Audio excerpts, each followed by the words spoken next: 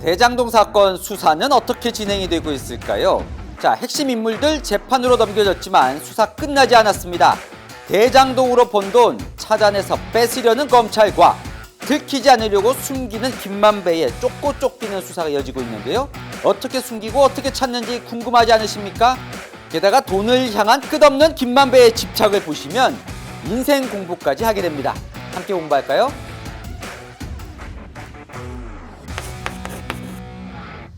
안녕하세요. 동행가 뉴스터디 동정민 앵커입니다. 자, 대장동 재판 매일 보도가 되고 있지는 않지만 거의 매일 열리고 있습니다. 이제 이재명 대표도 대장동 재판 시작을 합니다.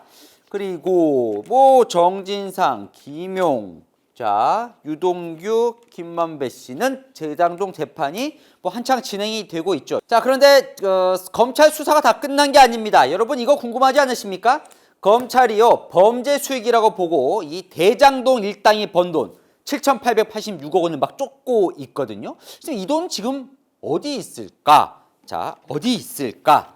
자, 대부분요, 김만배 손에 있습니다.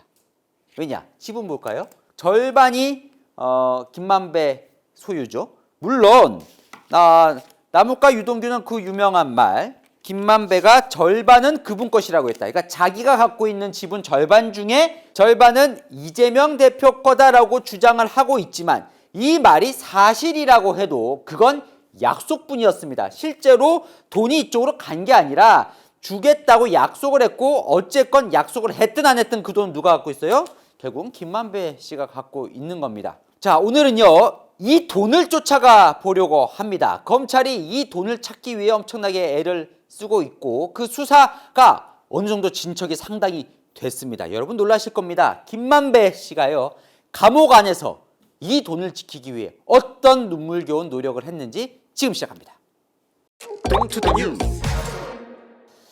자, 김만배 씨 지금 어디에 있죠? 감옥 안에 있습니다. 자, 최근에요, 정진상 전 실장도 보석으로 풀려났고 김용 전 부원장도 보석으로 풀려났는데 사실상 혼자 지금 못 나오고 있어요. 김만배 씨는요, 감옥에 지금 오래 있습니다. 다른 대장동 관련자들보다. 2021년 8월에 대장동 사건이 터지지요. 3개월도 안 돼서 구속이 됩니다.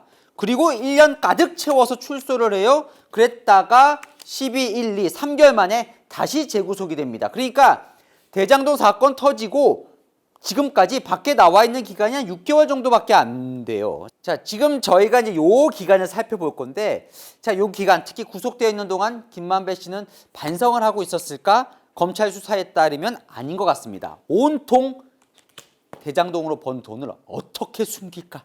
요것만 생각했었던 것 같은 게 검찰 수사 내용이에요. 자, 그럼 어떻게 됐을까? 일단 보시죠. 2021년 8월에 대장동 사건이 터졌어요. 자, 김만배 씨 입장에서는 대장동 사건이 이제 처음으로 공개된 겁니다. 대중들에게. 그리고 이제 검찰 수사가 시작될 것 같은 분위기가 조성이 됐죠. 어떻게 하느냐? 자, 가장 먼저 한 거요, 본인의 휴대전화 기계와 번호를 바꿉니다. 그러면 자, 이 자기가 쓰던 휴대전화는 어떻게 하느냐? 여러분 기억나십니까? 예전에 천화동인 1호가 숨겨놓은 돈이 있는 거 아니냐, 초창기에 막 보도가 나면서 판교 타운하우스 얘기가 나왔었어요. 천화동인 1호가 소유하고 있는 이 타운하우스는 누구 거냐, 이런 차명이냐 아니냐 논란이 있었는데, 어쨌건 이 타운하우스에서 인테리어를 한 대표에게 본인의 휴대전화를 보냅니다. 그래서 어떻게 하라고 지시를 하느냐, 망치로 이렇게 부셔라. 그리고는 토치로 이렇게 불로 해가지고 이걸 망가뜨린 다음에 버린 그 장면을 찍어서 김만배 씨에게 보내라고 합니다. 그러니까 자신의 휴대전화를 지금 없앤 거죠. 폐기를 시켜버린 거죠. 자, 그리고는 누구를 찾아가느냐? 김수남 전 검찰총장을 찾아갑니다. 자, 이제 본인의 어떻게 법적인 걸 대비를 할까를 이제 상의를 하는 거죠. 김수남 전 검찰총장은요, 흔히 말하는 50억 클럽 지금 대상에도 올라와 있고, 최근에 유동규 씨가 재판에서 폭로를 하나 한 게 있는데, 2013년에 김만배 씨가 김수남 전 총장을 통해서 이재명 당시 성남시장의 수사를 무마시켰다라는 폭로를 한 적이 있습니다. 두 사람이 당시에 통화를 했다는 얘기를 들었다라고도 폭로를 했는데 당사자들은 지금 강하게 부인을 하고 있는, 어쨌건 두 사람은 서로 친분은 있는 그런 상황에서 자, 김수남 전 총장을 찾아가요. 왜? 김수남 전 총장이 당시에 법무법인 태평양의 변호사라고 있었는데 법무법인 태평양은 우리나라 최대 로펌 중 한 곳이죠. 그래서 총장을 통해서 태평양 변호사를 소개를 받습니다. 그래서 김만배 씨는 그 이후에 태평양 변호사를 써요. 자, 이 8월에 사건이 터지자 본물 터지듯이 의혹들이 쏟아집니다. 자, 무슨 의혹이 있었죠? 9월이면 한 달 뒤면 곽상도 전 의원의 아들 퇴직금 50억 의혹이 터지고요. 자, 50억 클럽, 절반은 그분 것, 이런 내용이 담긴 자, 정영학 회계사의 녹취록, 정영학 회계사가 이 녹취록을 검찰에 제출합니다. 대장동 사건이 막 연속해서 터지기 시작해요. 여러분이 만약에 김만배 씨라면 그 순간 무엇을 제일 고민할까요? 내가 감옥에 가면 어떡하나? 이런 거 여러 가지 생각이 복잡할 것 같죠? 김만배 씨는요, 바로 이 돈을 생각한 것 같습니다. 어떻게 하면 내 돈을 지킬 수 있을까? 여기에 혈안이 됩니다. 검찰 수사 내용을 보겠습니다. 자, 대장동 사건이 터졌어요. 돈을 지켜야 합니다. 자, 어떻게 할까요? 2021년 9월 29일 최우양과 통화를 합니다. 최우양 누군지 기억나십니까? 최우양 화천대유 이사인데, 자, 김만배 씨가 예전에 구치소에서 잠깐 나온 적이 있었는데 그때 헬멧 쓰고 가서 김만배 씨 데리고 오토바이 타고 가서 데리고 간 사람, 그래서 화제가 됐던 헬멧맨, 그 최우양 이사에게 전화를 합니다. 그러면서 500억 원을 빨리 배당해라 라고 지시를 합니다. 자, 김만배 씨가 마음이 급합니다. 왜냐? 자, 왜냐? 지금 대장동 수익이 주로 어디에 지금 들어가 있냐면 당시에는 화천대유 법인 계좌 그리고 천화동인 1호부터 6호까지의 이 법인 계좌에 들어가 있어요. 자, 당시에 대장동 분양이 있고 거기에 대한 개발 수익을 얻으면 그건 당연히 법인 계좌로 들어가 있는 거죠. 물론 나중에 김만배 씨 거가 되겠지만 어쨌건 지금까지는 이제 문제가 없었으니까. 그런데 사건이 터졌어요. 당연히 부당 수익으로 검찰이 추징 보전, 그러니까 이거는 범죄 수익이다 보니까 일단은 동결, 묶어두고 나중에 재판 통해서 이게 범죄 수익이다라고 확정이 되면 요걸 이제 국가가 가져가려고 하는 그 동결시키는 작업이 벌어질 수 있다고 예상을 한 거죠. 그러니까 빨리 어떡합니까? 여기서 돈을 빼서 대장동 수익을 빼서 빨리 배당, 내가 최대 주주니까 나한테 달라. 그러면 그 돈을 숨겨야겠다라고 생각을 한 거예요. 빨리 배당을 하라고 지시를 합니다. 자, 실제로 그래서 배당을 받아요. 보통 정상적인 곳이라면 본인이나 뭐 부인 계좌로 이제 보통 받는 게 일반적인 상식인데 당연히 그러지 않겠죠. 왜냐하면 검찰은 당연히 본인이나 부인 계좌도 동결시키지 않겠습니까? 상식적으로. 그러니까 숨기는데 어디에 숨기느냐? 참 여러 아이디어가 쏟아집니다. 갑자기 막 땅을 사요. 그리고 지인의 직원의 지인 해서 전혀 검찰이 예상하지 못하는 사람에게 돈을 보냅니다. 금고, 집 안에 금고에도 숨겨두고요. 가상화폐 투자도 하고 사채에도 투자를 합니다. 그러니까 검찰이 찾아내지 못하게 곳곳에 막 돈을 숨겨놓기 시작하는 거예요. 자, 구체적으로요. 좀 이따 알아보겠지만 10월 23일에 수원에 있는 오목천동에 땅을 삽니다. 자, 그리고요. 치밀해요. 검찰이 추징 보전 외에 국세청이 세무조사를 들어올 수도 있겠구나 김만배 씨가 생각을 합니다. 그래서 변호사를 통해서 혹시나 국세청에서 나를 세무조사할 계획이 없느냐 알아봐 달라고 해요. 실제로 그래서 변호사로부터 11월 말쯤에 조사가 진행될 것 같다라는 정보를 사전에 얻습니다. 그리고 그 사이에 그런데 본인은 구속이 돼요. 그럼 감옥에 가 있겠죠? 감옥에 가면서도 계속 지시합니다. 자, 특히나 11월 22일 검찰이 공식적으로 보도자료를 냅니다. 김만배의 자산을 추징 보전을 청구하겠다. 법원에. 그러니까 묶어두겠다는 거죠. 마음이 더 급해지죠. 곧바로 그날 수원 오목촌동 옆 주유소도 사라고 지시를 내립니다. 감옥에서. 자, 그러면서요 엄청나게 조심합니다. 12월 초에는요 헬멧맨 최우양은 변호사에게 이런 지시를 합니다. 자, 지금 뭐 여기 보면 뭐 주유소 사라고 지시하죠. 부동산 사라고 지시하죠. 하지만 접견하러 갔을 때, 그러니까 접견이라면 변호사가 이제 감옥에 있는 김만배 씨 보러 갈 거 아니에요. 그때 부동산, 주유소 이런 말 하지 마라. 자, 이런 말 했다는 게 기록에 남으면 나중에 법원 재판 갔을 때 불리할 수 있으니까 이런 말도 하지 마라. 이렇게 상당히 단도리를 치는데, 자, 일단요 지금은 2021년 8월 대장동 의혹 벌어지고 2021년 12월까지의 이 긴박했던 상황이에요. 일단 2021년 12월까지로 끊고 땅 얘기를 좀 해보겠습니다. 제2의 이 감옥에서 제2의 대장동과 같은 거를 꿈꿨던 김만배 씨 얘기를 조금 더 들어보고요. 2022년으로 넘어가겠습니다. 자, 김만배 씨 외에 김만배 씨 아내도 등장을 합니다. 김만배 씨 아내도 지금 검찰이 기소를 한 상황인데 천화동인 2호 대표를 지냈죠. 자, 2021년 7월에 수원 입북동 일대의 농지를 삽니다. 김만배 씨가요. 그러니까 2021년 7월이니까 대장동 사건이 터지기 직전이에요. 직전에 땅을 사요. 무슨 땅이냐면 자, 2013년 그러니까 뭐 한 8년 전이죠. 8년 전에 이 수원에 R&D 사이언스 파크를 조성하려는 계획이 있었습니다. 그런데 잘 진행이 안 돼요. 왜냐면 여기가 개발 제한 구역인데 이걸 이제 개발 제한 구역을 풀어야 이런 걸 개발할 거잖아요. 근데 잘 안 풀립니다. 진행이 잘 안 돼요. 근데 2021년 5월 6월 경쯤에 김만배 씨가 다시 조성이 된다는 걸 알게 된 거예요. 그래서 그 중에서 여기 변전소 근처 땅이 이 파크 부지에 들어가면서 뭔가 개발이 될 수 있다라고 해서 요 지역을 삽니다. 여기 농지인데 한 600평을 사요. 그리고는 어떤 계획을 세우느냐.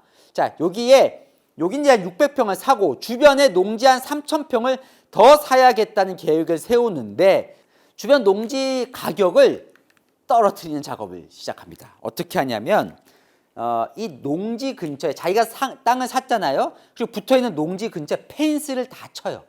그럼 어떻게 되죠? 이 통행이 불편해지잖아요. 왔다 갔다 하면. 그러면 이 농지가 맹지가 되는 거예요. 잘 쓸 수 없는. 그래서 이 농지 가격을 떨어뜨려서 산 다음에 나중에 개발 부지로 수용이 되면 돈을 많이 벌 수 있겠구나 이렇게 생각을 하고 펜스를 치는 작업에 들어갑니다. 비슷한 즈음에 2021년 8월에 수원 권성구 오목촌동 일대에 또 농지를 사는데 이것도 흥미롭습니다. 자, 오목촌동 지역이 원래는 개발 제한 구역인 구역이 성장 관리 계획 구역으로 바뀌는 걸 알아요. 뭐냐면 개발 제한 구역인데 이제 주택을 지을 수 있게 되는 거예요. 자, 그래서 빨리 주택을 지을 수 있기 전에 농지를 사들여야겠다라고 계획을 짭니다. 자, 두 사람의 도움을 받습니다. 김만배 씨는요. 자, 공인중개사 정모 씨와 경기도 2급 공무원, 뭐 삼성 관련된 업체에서 일을 하다가 경기도 공무원이 되는 2급 공무원 김모 씨의 도움을 받는데 어떤 도움을 받냐면 이 공인중개사에게 어느 지역이 이제 개발이 될 거니까 이 지역에 땅을 사라라고 알려줘서 땅을 사도록 토지 매입 작업 그리고 땅을 정리하는 지주 작업을 이 공인중개사에게 시켜요. 그리고는 자, 땅을 사려면 이 소유주를 알아야 되잖아요. 경기도 2급 공무원에게 농지 소유주들을 파악해 달라고 정보를 얻습니다. 그런 식으로 해서 이제 땅을 막 사도록 하는 거예요. 그래서요 2021년 8월쯤에 그러니까 이 지역에 농지 약 728평을 3억 8,700만 원 주고 삽니다. 천화동인 1호 명의로 사요. 자, 그런데 대장동 사건이 터져요. 그리고 유동규 씨 재산에 대한 추징 보전이 들어갑니다. 마음이 급해지죠. 빨리 더 사라! 라고 닥달을 합니다. 그래서 9월, 10월에 더 삽니다. 이 지역의 농지를요. 약 877평을 더 사요. 어떤 돈으로 사느냐. 자, 지금 천화동인 2호가 부인 소유로 되어 있잖아요. 천화동인 2호 법인에서 빨리 배당을 해라! 라고 얘기를 해서 부인이 배당을 받아서 그 돈으로 삽니다. 사실상 은닉재산으로도 볼 수 있겠죠. 자, 그런데 문제는 이 농지는요 아무나 살 수 없습니다. 농지법상 농업 경영을 할 사람, 그러니까 농민들만 농지를 살 수 있어요. 그래서 사실은 재산 검증 같은 것 할 때 고위공직자들 농사 안 짓는데 농사 땅 투기하려고 산 거 아니냐 해서 농지법 위반 많이들 이제 기자들이 검증할 때 이런 걸 많이 들여다보는데 어쨌든 농지법상 김만배 씨 당시 기자였잖아요. 농사 안 짓습니다. 그죠? 김만배 씨 아내도 농사 지어본 적 없어요. 그럼 사실은 못 사는 거예요, 이 땅을. 그런데 삽니다. 어떻게 사느냐? 자, 본인이 농사를 짓는다는 걸 증명을 해야 돼요. 농지 취득 자격 증명을 해야 하는데 거기다가 자, 본인이 20년 영농 경력이 있다. 그래서 이곳에 배추, 무, 상추, 고구마를 실제로 지을 거고 삽과 낫과 괭이를 써서 농사를 지을 거다라는 계획을 냅니다. 이게 사실 아니죠? 누군가 동을 받아야겠죠? 경기도 2급 공무원, 이 공무원이 이걸 담당하는 경기도 공무원에게 얘기를 해서 이거를 받아줍니다. 김만배 씨뿐만 아니라 김만배 씨 아내까지도요. 그러니까 농사 지을 생각 당연히 없었겠죠? 거짓말로 받은 겁니다. 자, 2021년 8월 대장동 사건 터지고 3개월도 안 돼서 구속이 되고 2022년은 거의 1년 내내 감옥에서 김만배 씨는 보냅니다. 자, 이 검찰이 수사를 한 걸 저희가 봤는데 2022년 감옥 안에서 김만배 씨 정말 바쁘게 보낸 것 같습니다. 자, 일단요. 2021년에 정영학 녹취록이 이제 터지죠. 이 정영학 녹취록을 보면 여러 사람의 등장인물이 나오는데 그중에 정진상 전 실장 이름이 나옵니다. 그러자 2021년 말에 자, 정치권 인사에게 정진상 전 실장이 정영학 녹취록에 등장은 하지만 걱정하지 마시라라는 뜻을 보냈다고 합니다. 검찰 수사에 따르면. 그랬더니 정치권 인사가 걱정 마라. 정 실장은 절대 검찰에 출석하지 않을 거다라는 얘기를 보냈다고 하는데 그게 뜻대로 안 되죠. 자, 저희가 제목을 2022년은 김만배 씨의 시련이라고 적었는데 자, 감옥에 가 있는 것도 시련이지만 계속해서 일이 안 풀립니다. 2022년 1월에 정진상 전 실장이 검찰이 비공개 소환됐다는 얘기가 나오자 김만배 씨는 변호사를 통해서 정진상 전 실장 수사 상황이 어떻게 되는지 알려달라고 연락을 했다는 거예요. 그래서 변호사가 검찰이 정진상 전 실장과 김만배 씨가 1년에 20차례 이상 통화한 거를 알고 그 내용을 조사를 받았다고 하더라라는 걸 건네줍니다. 전해줘요. 그랬더니 김만배 씨가 정영학 녹취 내용은 대선까지는 절대 공개되지 않아야 한다는 뜻을 밝혔다고 해요. 자, 정영학 녹취록이 검찰에 제출은 됐지만 언론에 다 배포되기 시작한 건 한참 뒤거든요. 이때는 언제죠? 대선 직전이에요. 2022년 3월에 대선이 있었으니까요. 이게 공개되면 안 된다라고 얘기를 해줘. 당연히 이재명 대표가 되기를 바랬던 것 아닌가 추정이 되죠? 뜻대로 안 되죠. 2022년 3월에 윤석열 대통령이 당선이 됩니다. 또 뜻대로 안 돼요. 자, 당선되니까 마음이 급해진 김만배 씨가 대장동 분양 수익 중에 B1 블록이라고 하는 그 수익을 빨리 이제 받아서 유동화, 그러니까 빨리 현금화 시키려고 금융사에 막 이리저리 뛰어보지만 금융사가 제동을 겁니다. 그러니까 돈을 현금으로 못 바꾸고 있는 상황. 그 상황에서 5월에는요. 추가 구속영장까지 청구가 돼요. 이때 당시에도 아까 친분이 있었던 김수남 전 검찰총장에게 SOS를 쳤지만 어쨌든 구속영장이 발부가 됩니다. 그 와중에도 아까 저희가 봤죠? 오목촌동 그 땅 빨리 더 사라고 누구에게 얘기를 하냐면 헬멧맨 최우양 화천대유 이사 그리고 아까 도움을 준 경기도 공무원 김모 씨를 통해서 내가 나중에 법인 지분 줄 테니까 빨리 땅을 사라라고 얘기를 합니다. 아니, 대장동 사건하고도 비슷한 거예요, 이것도. 그러니까 대장동 사건 때도 지분을 주는 형태로 자, 도움을 막 받잖아요. 뭐 남욱, 뭐 정영학 그 외의 인물들도 이렇게 지분 줄 테니까 더 나를 도와달라. 그거랑 비슷하게 나중에 법인 지분 줄 테니까 사라고 이제 얘기를 합니다. 하지만 정권이 교체가 되죠. 더 수사팀의 압박은 시작됩니다. 2022년 7월 대장동 수사팀이 개편이 되면서 아예 재수사가 전면 재수사가 진행되면서 더 조여오지요. 김만배 씨는요 부인에게 친형에게 보낸 범죄 수익 은닉 관련된 서신을 없애라라는 내용을 또 전달하기도 했다고 검찰 수사는 밝히고 있습니다. 7월 중순에는요 김만배 씨가 최우양 측근을 통해서 이재명 측 인사와 이 재판 상황을 공유하고 상의했다 이런 내용도 검찰 수사 내용에 들어 있습니다. 자, 2021년과 2022년 저희가 정리를 한번 해드렸는데요. 이렇게 제목 붙여도 될 것 같죠? 옥중 대장동 수익 은닉 작전.